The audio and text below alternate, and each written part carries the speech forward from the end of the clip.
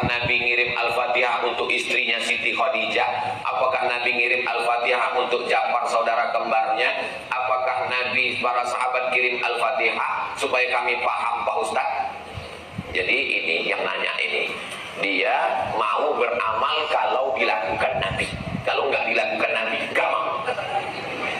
Nggak apa-apa, bagus. Ada seorang sahabat Nabi, bukan sahabat Abdul Somad. Dia sebelum tidur malam bertasbih alfa uqdah 2000 simpul. Diambilnya simpul tali 2000. Simpul tali 2000. Habis itu zikir subhanallah subhanallah subhanallah 2000 simpul. Sekarang saya tanya, bolehkah bertasbih 2000 kali sebelum tidur malam? Boleh apa enggak boleh? Sekarang balik pertanyaannya, pernahkah Nabi melakukannya? Enggak pernah. Kalau enggak pernah dilakukan Nabi, apakah boleh dilakukan? Tadi katanya yang boleh, sekarang enggak boleh. Ternyata kalau ngomong sama orang belum sarapan susah ya. Oke, contoh kasus yang kedua. Ada seorang imam mazhab. Tadi yang bertasbih 2000 kali sebelum tidur itu sahabat Nabi, namanya Abu Hurairah. Sahabat Nabi. Di mana bisa dibaca biografinya? Dalam kitab Syiar A'lam An-Nubala. Siapa yang nulis? Imam Az-Zahabi, Imam Ahlus Sunnah wal Jamaah. Contoh yang kedua. Da'autu lisyafi'i fi salati arba'ina sana. Saya mendoakan guru saya Imam Syafi'i fi salati, dalam salat saya arba'ina sana, 40 tahun. Rabbil firli wali walidayya wali Muhammad bin Idris Asy-Syafi'i. Bolehkah mendoakan Imam Syafi'i 40 tahun? Boleh. Sekarang pakai logika ini. Pernahkah dilakukan Nabi? Enggak pernah. Kalau enggak pernah dilakukan Nabi berarti enggak boleh. Ini pertanyaan tingkat tinggi.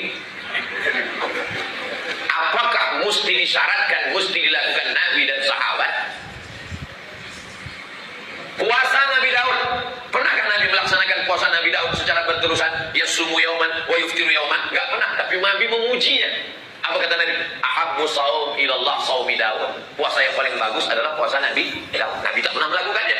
Jadi sunnah ada 3. Yang pertama sunnah fi'liyah, Nabi melakukannya. Yang kedua sunnah qauliyah, Nabi mengucapkannya tapi Nabi tak melakukannya. Ada jenis yang ketiga, sunnah takririyah, Nabi tidak melakukannya, Nabi tidak mengucapkannya, dilakukan orang lain, disetujui Nabi. Mana contohnya? Sami Allahu liman hamidah. Nabi mengajarkan Rabbana lakal hamdu minus samawati wa minal ardi wa min ma syi'ta min syai'in. Tapi ada satu sahabat bacaannya lain. Sami Allahu liman hamidah. Rabbana lakal hamdu hamdan thayyiban mubarakan fi. Selesai salat Nabi tanya, siapa tadi yang baca alhamdulillah hamdan thayyiban katsiran mubarakan fi? Aku enggak pernah ajarkan. Aku ya Rasulullah. Apakah Nabi marah? Aku enggak pernah melakukannya. Kenapa kamu pandai-pandai buat doa itu? Kau masuk neraka jahanam. Apa kata Nabi? Apa kata Nabi? Ra'aitu bid'an wa salasuna malakan yabtadirun. Aku lihat 39 malaikat turun dari pintu langit ingin mencatat doa yang kau baca. Enggak pernah dibaca Nabi. Begitu juga dengan Allahu Akbar kabira. Diriwayatkan oleh Abdullah bin Umar bin Khattab. Nabi mengajarkan Allahumma ba'id baini wa baina khataayaya kama ba'adta bainal masyriqi wal maghrib. Sahih Bukhari. Allahu Akbar kabira ada juga dalam Sahih Bukhari.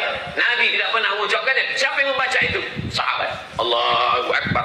Tiba-tiba ada sahabat di belakang. Allahu Akbar kabira walhamdulillahi katsira wa subhanallahi bukratan wa asila. Titik. Wajhiyah itu titik lain.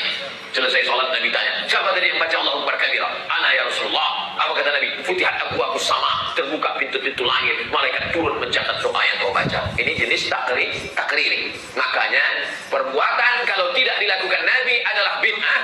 Betul kata Imam Syafi'i, kalau dia bertentangan dengan syariat, selama masih ada dalilnya, tidak bertentangan dengan syariat, maka dia tidak disebut bid'ah dhalalah, tapi dia disebut dengan mahmudah. Sekarang tentang mengirimkan Al-Fatihah kepada orang meninggal dunia, sampai apa tak sampai? Siapa bilang sampai? Memangnya yang udah meninggal tuh pernah ngasih tahu? Alhamdulillah titipannya udah sampai, makasih ya. Imam Ibnu Taimiyah punya murid namanya Imam Ibnul Qayyim Al-Jauziyah. Punya kitab namanya Kitab Ar-Ruh. Sudah diterjemahkan ke bahasa Indonesia 3 huruf, R-O-H, roh. Di situ diceritakan Imam Ahmad bin Ambal lewat di suatu makam. Ada orang baca Quran. Kata dia, berhenti, jangan kau baca. Lalu disebutkanlah sanad-sanadnya bahwa membaca Quran itu untuk orang meninggal dunia tidak terlarang.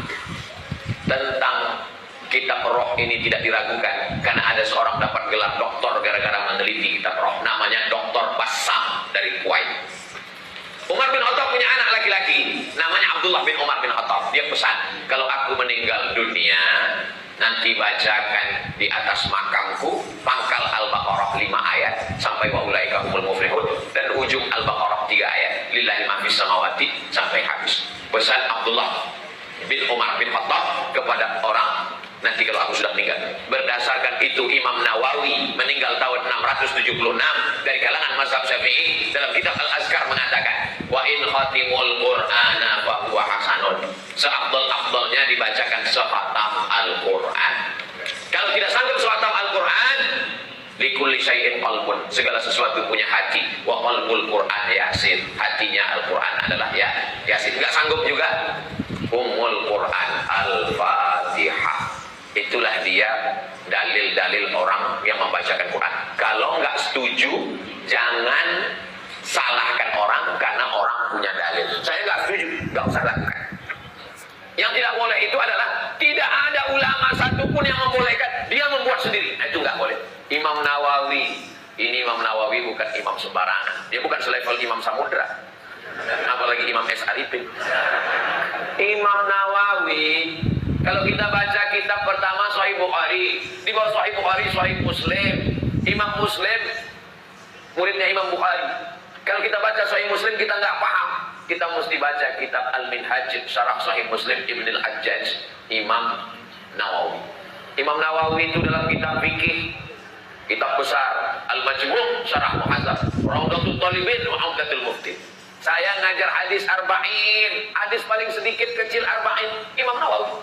Hatam arba'in naik kitab Riyadhus Shalihin, Imam Nawawi. Hatam Riyadhus Shalihin naik lagi kitab Al-Azkar, Imam Nawawi. Membaca kitab Mustalah Hadis yang disarah oleh Imam Suyuti, Tadribur Rawi, Syarah Takrib Nawawi. Imam besar, apa kata Imam Nawawi? Mengomentari hadis tentang pelepah korma. Nabi belah pelepah korma, ditusukkannya ke makam.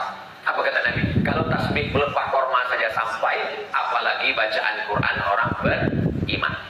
Nah, jadi pertanyaan ini memang simpel, tapi ini ingin menggali dan menguji isi kepala Abdul Somad. Enggak apa. Kalau nggak setuju, nggak usah lakukan, tapi jangan salahkan, karena nanti takutnya di akhirat ketemu dengan Imam Nawawi malu.